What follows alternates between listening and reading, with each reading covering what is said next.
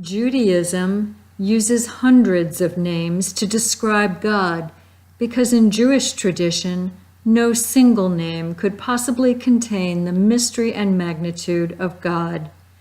Some names are masculine and others are feminine, implying that God has elements of both, or better yet, that God transcends gender. Cantor Vicky Glicken expounds on this idea.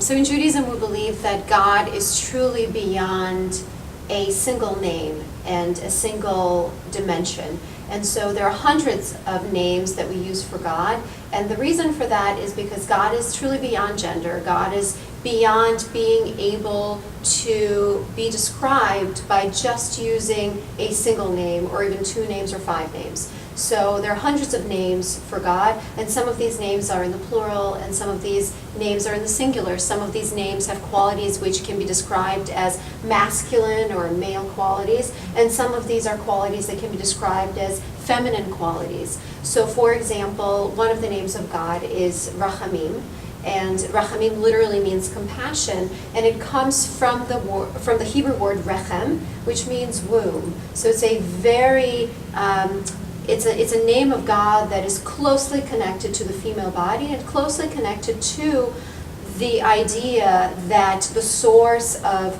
compassion in the world is from the rechem, from the womb, if you will. There's also the name of Shekhinah.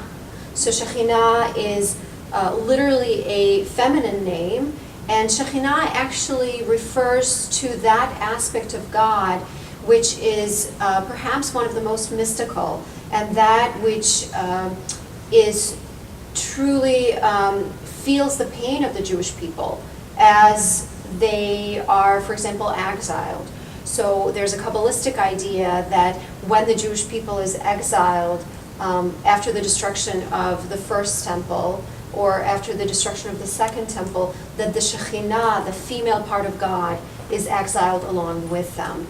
Just as Judaism uses both masculine and feminine names for God, so the sacred texts of Hinduism use multiple deities, male and female, to express the many manifestations of a single divinity or unified consciousness that contains them all. Moral directives are implicit in such an understanding of the world. Thoughtful Hindus must examine their thoughts, words, and deeds carefully. Anything that divides or discriminates must be rejected, including sexist thoughts and behaviors. Swami Yatindra Chaitanya amplifies on this. We have so many forms of God, like the way that God is expressed and personalized based on what people like.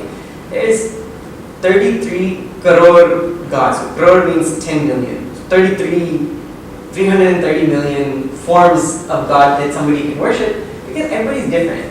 Everybody has a different temperament that they can relate to. But one thing that has to be understood is these names and forms are representations of something universal. Something which is neither man nor woman, male or female, masculine or feminine, nothing. It is attributeless. Like that consciousness in me which never changes despite my beliefs and physical body changing, that's that consciousness which we actually worship in these forms as God. And the word for that ultimate truth is Brahman. So although that Brahman expresses as goddess, deity, and gods, male forms of God, the real essences cannot be labeled as either.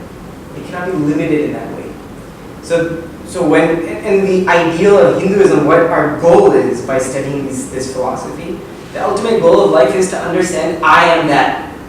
So the final statement of a realized master is Aham Brahma Asmi. I am Brahma. That means I have been able to destroy the conditioning which makes me think I am this body, based on which, contingent on which I say things like I am male, I am female. And I understand that I am that which is the self of all beings. And then when I see another being, I don't see someone different than me because, oh, I'm brown, they're white, they're black. I see this is consciousness. That is that same consciousness. We are one.